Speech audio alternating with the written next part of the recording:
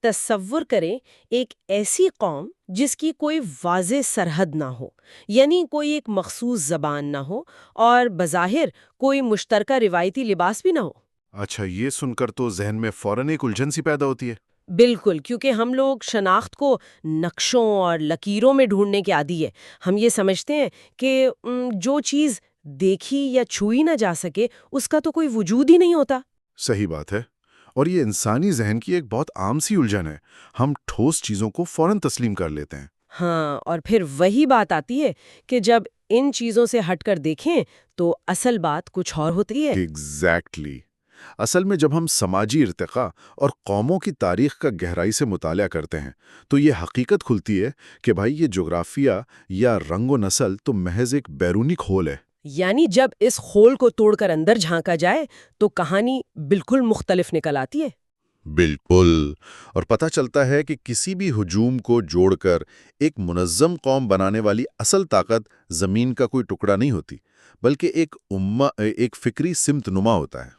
ایک باطنی قطب نما جو نہ صرف اس قوم کو ایک واضح منزل دکھاتا ہے بلکہ راستے کی مشکلات کے باوجود اس کے رفتار کو کم نہیں ہونے دیتا۔ یہ ہوئی نا بات، اور آج کے اس گہرے مطالعے کا جو بنیادی مقصد ہے وہ اسی فکری سمت نما کے میکانزم کو سمجھنا ہے۔ تو ہم آج یہ کھوج لگانے کی کوشش کریں گے کہ ایک نظریاتی قوم دراصل تشکیل کیسے پاتی ہے۔ ہاں، اور کیا یہ نظریہ محض جذباتی تقریروں اور فلک شگاف نعروں کا نام ہے یا اس کے پیچھے کوئی ایسی ٹھوس سماجی سائنس کا فرما ہے جسے ہم اکثر جوش و جذبات میں نظر انداز کر دیتے ہیں؟ صحیح، اور آج کی اس دلچسپ گفتگو کا محور ویژن اکیڈمی کراچی کے بانی محمد فاروق راشد صاحب کی ایک انتہائی فکر انگیز تحریر ہے۔ زبردست، اور اس تحریر کا عنوان ہی اپنے اندر ایک طویل بحث سمیٹے ہوئے ہیں۔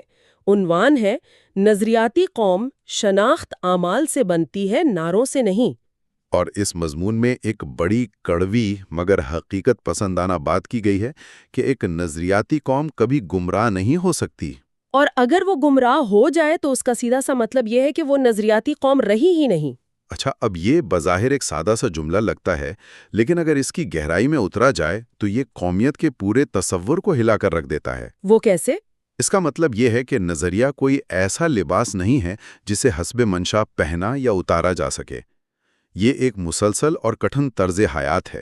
یعنی ایک ایسا فلٹر ہے جو ہر لمحے انسان کے اعمال کو پرکھتا ہے۔ بالکل، اور تحریر ہمیں یہ سوچنے پر مجبور کرتی ہے کہ اگر کوئی معاشرہ یہ دعویٰ کرتا ہے کہ وہ نظریاتی ہے تو اس دعوے کی تصدیق اس کے آئین کی کتابوں سے نہیں بلکہ اس کے شہریوں کے روزمرہ کے رویوں سے ہونی چاہیے۔ صحیح بات ہے۔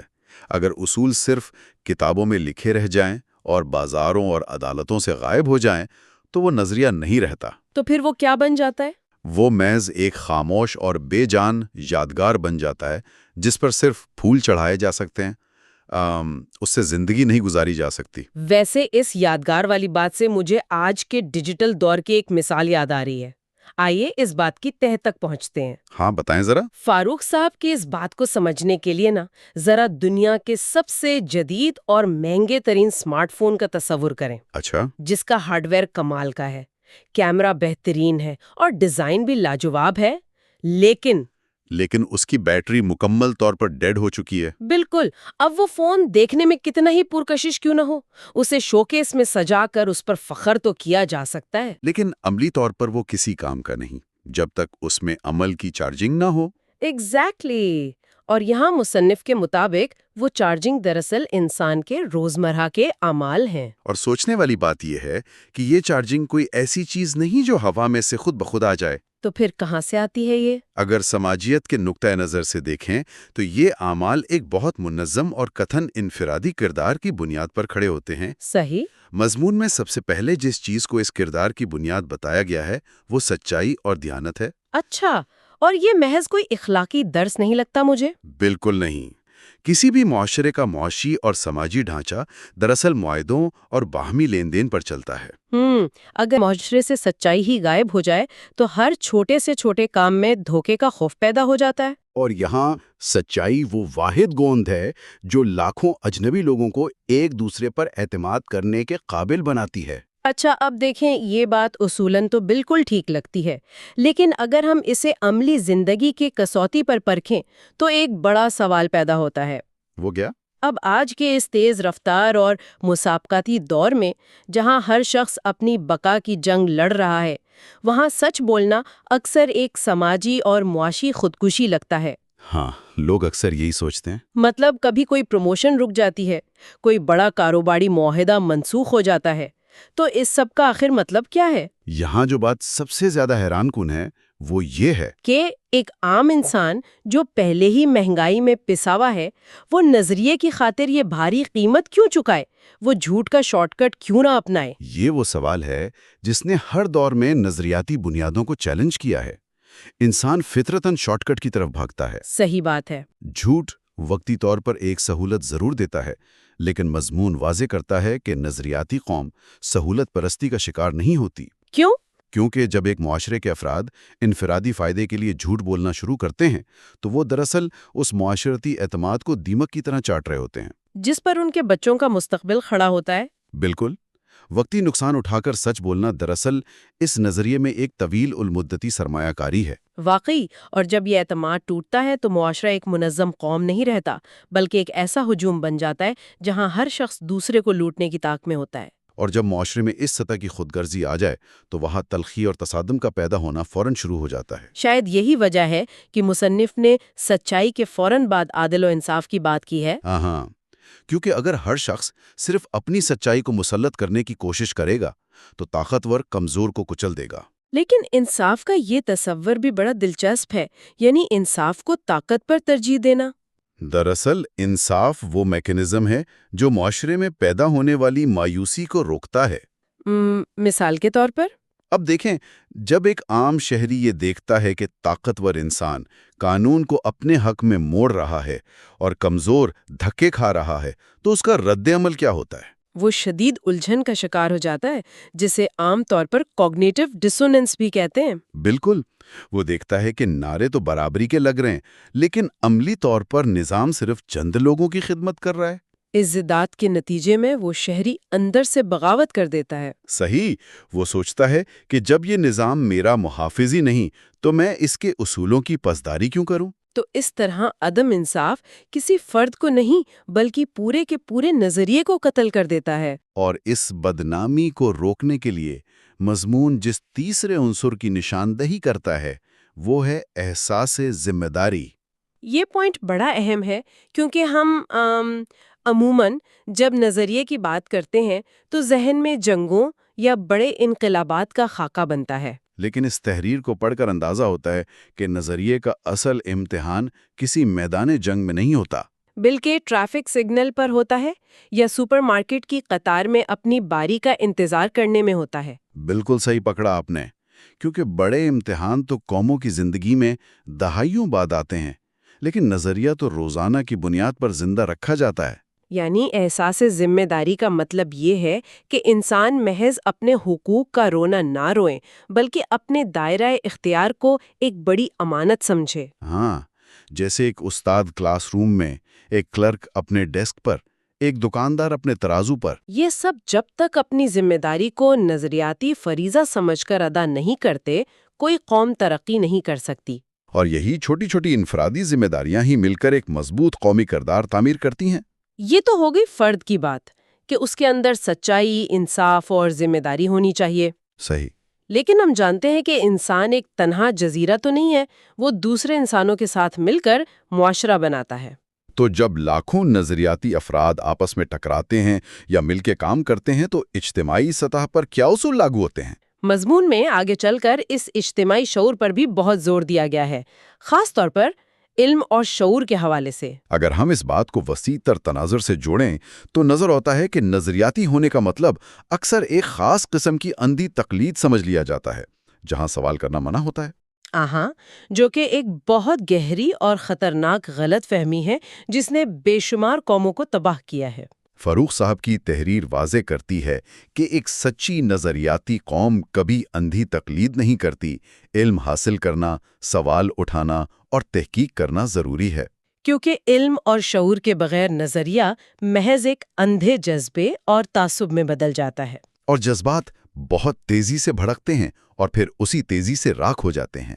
یعنی علم وہ فلٹر ہے جو نظریے کو وقت کے ساتھ ہم آہنگ رکھتا ہے اور اسے شدت پسندی سے بچاتا ہے۔ بالکل، اور یہاں ایک اور بہت دلچسپ نقطہ سامنے آتا ہے، اتحاد کا۔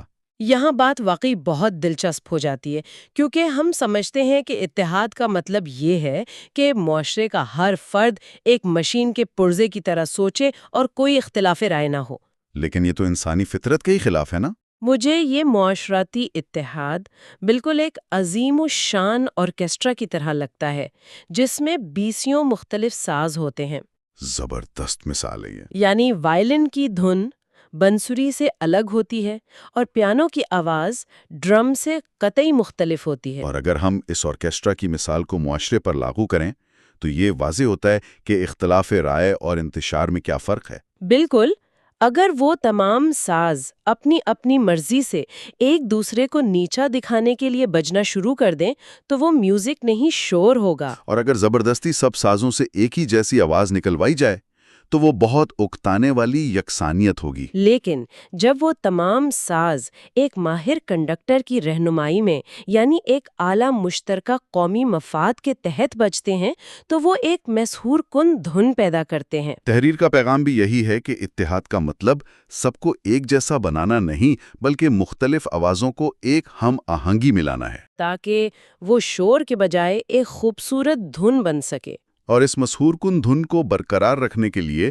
جس چیز کی سب سے زیادہ ضرورت ہوتی ہے وہ ہے نظم و ضبط۔ بے ترتیبی تو کسی بھی نظریے کو اندر سے کھا جاتی ہے۔ ہم اکثر دیکھتے ہیں کہ کسی ملک کی معاشی پالیسی کتنی ہی شاندار کیوں نہ ہو، اگر سڑک پر ٹریفک کا نظام نہیں، لوگ قوانین توڑ رہے ہیں تو وہ پالیسی ناکام ہے۔ نظم و ضبط دراصل اس بات کی علامت ہے کہ ایک قوم اپنے نظریے کو عملی طور پر کتنی اہمیت دیتی ہے۔ صحیح بات ہے۔ لیکن اب سوال یہ پیدا ہوتا ہے کہ اس خوبصورت دھن کو جاری رکھنا اور نظم و ضبط کا مظاہرہ کرنا کوئی مفت کا سودا تو نہیں ہے۔ بالکل، ہر نظریے کی ایک قیمت ہوتی ہے۔ فروخ صاحب نے اس تحریر میں ایک ایسی بات کی ہے جو انسانی نفسیات کی عام تفہیم سے بالکل الٹ ہے۔ وہ کیا؟ عام طور پر انسان کسی بھی نظریے یا جماعت کا حصہ اس لیے بنتا ہے تاکہ اسے شناخت مل سکے یا برتری کا احساس ہو اور فخر پیدا ہو۔ ہاں، کہ ہمارا نظریہ دوسروں سے بہتر ہے۔ لیکن مصنف یہاں کہہ رہے ہیں کہ نظریہ فخر کرنے کا نہیں بلکہ قربانی اور خود احتسابی کا نام ہے۔ یہ ایک بہت اہم سوال کو جنم دیتا ہے۔ یہی وہ مقام ہے جو ایک سچے نظریے اور ایک کھوکھلے تکبر کے درمیان لکیر کھینچتا ہے۔ یعنی قربانی محض میدان جنگ میں جان دینے کا نام نہیں ہے، یہ اپنی انا کی قربانی ہے، اپنے وقت اور مال کی قربانی ہے، اور سب سے بڑھ کر اپنے ذاتی مفاد کو اجتماعی مفاد پر قربان کرنے کا نام ہے۔ اور جہاں تک خود احتسابی کی بات ہے تو یہ واقعی ایک انتہائی کٹھن عمل ہے۔ جب تک کوئی قوم دوسروں پر انگلیاں اٹھانے کے بجائے اپنے گریبان میں نہیں جھانکتی، اس کا نظریہ ارتقا نہیں کر سکتا۔ خود احتسابی کے بغیر نظریہ ایک بیمار غرور بن جاتا ہے جو قوم کو ایک مصنوعی بلبلے میں قید کر دیتا ہے، جہاں وہ اپنی غلطیوں کو ماننے سے انکاری ہو جاتی ہے۔ اس کے ساتھ ہی ایک اور پہلو جو اس غرور کو توڑتا ہے وہ خدمت خلق ہے۔ بالکل، کیونکہ اگر نظریہ انسان کو انسان سے ہمدردی کرنا نہیں سکھا رہا تو وہ نظریہ کیسا؟ اگر وہ معاشرے کے پسے ہوئے طبقے کا سہارا نہیں بن رہا تو وہ نظریہ نہیں، محض طاقت کا ایک ہتھ کنڈا ہے۔ اور یہیں استقامت کا امتحان شروع ہوتا ہے۔ جب تک موسم سازگار ہو، حالات اچھے ہوں، تب تک اصولوں پر لیکچر دینا بہت آسان ہوتا ہے۔ لیکن اصل امتحان تب ہوتا ہے جب چاروں طرف سے مشکلات گھیر لیں، معاشی بحران آ جائے یا عالمی دباؤ بڑھ جائے۔ استقامت اسی مشکل ترین گھڑی میں اپنے انفرادی اور اجتماعی اصولوں پر ڈٹے رہنے کا نام ہے۔ اور جب معاشرہ اس استقامت کا مظاہرہ نہیں کر پاتا تو پھر گمراہی کے دروازے کھل جاتے ہیں۔ تحریر بڑی صراحت کے ساتھ بتاتی ہے کہ جب کسی معاشرے میں سچ کی جگہ جھوٹ کو کاروباری حکمت عملی سمجھ لیا جائے، اور جب عدالت کو پیسوں سے خریدا جانے لگے، جب علم کی جگہ جہالت لے لے، تو نتیجہ کیا نکلتا ہے؟ وہ قوم نظریاتی ہونے کے دعوے تو کرتی ہے، لیکن حقیقت میں وہ اپنے نظریے کی روح سے کٹ چکی ہوتی ہے۔ یہ بات بہت چبھنے والی ہے کہ ایک شخص یا گروہ ظاہری طور پر تو اس قوم کا حصہ ہو سکتا ہے، لیکن اگر اس کے اعمال ان اصولوں سے مطابقت نہیں رکھتے تو وہ اس نظریے سے خارج ہو چکا ہے۔ وہ محض ایک کھول لے کر گھوم رہا ہے۔ تو پھر اس رو کو بچایا کیسے جائے؟ یہی تو بڑی بات ہے۔ ایک نسل سے دوسری نسل تک یہ نظریہ آخر کیسے منتقل کیا جاتا ہے؟ فاروق صاحب نے اس حوالے سے ایک بہت خوبصورت تشبیہ استعمال کی ہے۔ ہاں، انہوں نے نظریے کو ایک چراغ سے تشبیہ دی ہے۔ یہ چراغ کی تشبیہ اس لیے اہم ہے کیونکہ یہ بتاتی ہے کہ نظریہ کوئی پتھر کی مورتی نہیں جسے تراش کر الماری میں سجا دیا جائے۔ یہ ایک زندہ اور متحرک چیز ہے۔ یہ ایک ایسی روشنی ہے جسے ایک نسل اپنے اعمال کے تیل سے روشن کرتی ہے اور پھر پوری احتیاط کے ساتھ اگلی نسل کے حوالے کرتی ہے۔ ذرا تصور کریں، اگر بیچ میں کوئی ایک نسل اپنے آرام یا جہالت کی وجہ سے اس چراغ کو بجھا دے تو اس کا نقصان صرف اس ایک نسل کو نہیں ہوتا، وہ نسل آنے والی تمام نسلوں کو فکری اندھیرے میں دھکیل دیتی ہے۔ کیونکہ ایک بجھے ہوئے چراغ کو دوبارہ روشن کرنا کئی گنا زیادہ مشکل ہوتا ہے۔ اور اس چراغ کی منتقلی میں تحریر سب سے زیادہ بوجھ تعلیمی اداروں اور اساتذہ کے کندھوں پر ڈالتی ہے۔ کیونکہ اساتذہ کا کام محض معلومات دینا یا نصاب مکمل کروانا نہیں ہے۔ اگر کوئی استاد خود سچائی اور عدل کا عملی نمونہ نہیں ہے تو وہ طلبہ کو کبھی نظریاتی انسان نہیں بنا سکتا۔ استاد کا کردار محض ایک انفارمیشن ڈیسک کا نہیں ہوتا، وہ ایک رول ماڈل ہوتا ہے۔ اگر استاد کا اپنا قطب نما درست نہیں تو پھر کتابیں صرف بے جان الفاظ رہ جاتی ہیں، جن سے امتحانات تو پاس ہو سکتے ہیں، نوکریاں بھی مل سکتی ہیں، لیکن ایک زندہ قوم تعمیر نہیں کی جا سکتی۔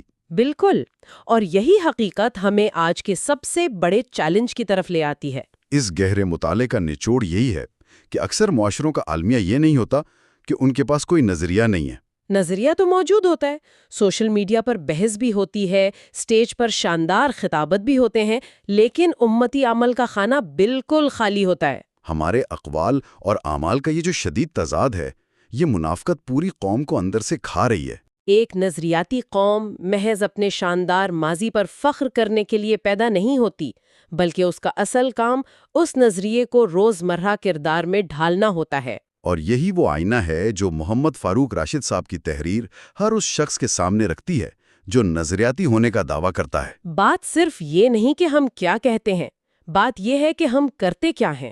اگر ہمارے اعمال ہمارے اصولوں کی گواہی نہیں دے رہے تو پھر تبدیلی نئے نعرے پینٹ کرنے سے نہیں آئے گی، نہ ہی سوشل میڈیا کے ٹرینڈ سے آئے گی۔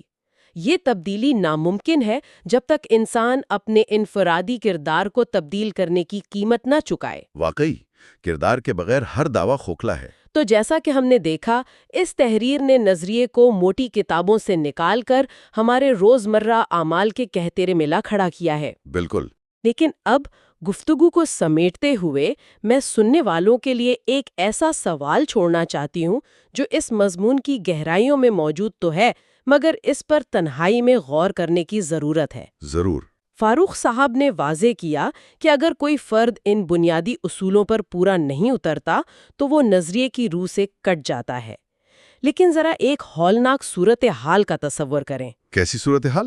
کیا ہو جب ایک پورے کا پورا معاشرہ یا کسی قوم کی واضح اکثریت عملی طور پر ان تمام ستونوں کو زمین بوس کر دے؟ جہاں سچ بولنے والے کو بیوقوف اور مصلحت پسند کو سیانہ سمجھا جانے لگے؟ ہاں، جہاں انصاف خریدا جا سکے اور ظلم پر خاموشی کو حکمت کہا جانے لگے، لیکن وہ قوم اپنے جلسوں اور تہواروں پر اب بھی وہی پرانے اور جذباتی نعرے پوری طاقت سے لگاتی رہے۔ تو کیا وہ نظریہ محض تاریخ کی ایک کتاب کا حصہ یا ایک افسانہ نہیں بن جاتا؟ یہی وہ چھپتا ہوا سوال ہے کہ کیا ایک اندر سے مکمل طور پر مر چکے نظریے کو محض کھوکھلے نعروں کی آکسیجن پر زندہ رکھا جا سکتا ہے؟ یہ واقعی سوچنے والی بات ہے۔ کیا وہ اسمارٹ فون جس کی بیٹری ہمیشہ کے لیے ختم ہو چکی ہو، وہ صرف ایک خوبصورت کیسنگ دکھانے سے دنیا سے رابطہ کرنے کے قابل ہو جائے گا؟ یہ وہ سوال ہے جس پر ہر ذی شعور کو تنہائی میں غور کرنا چاہیے۔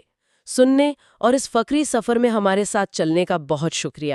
آج کے اس گہرے مطالعے کے لیے بس اتنا ہی۔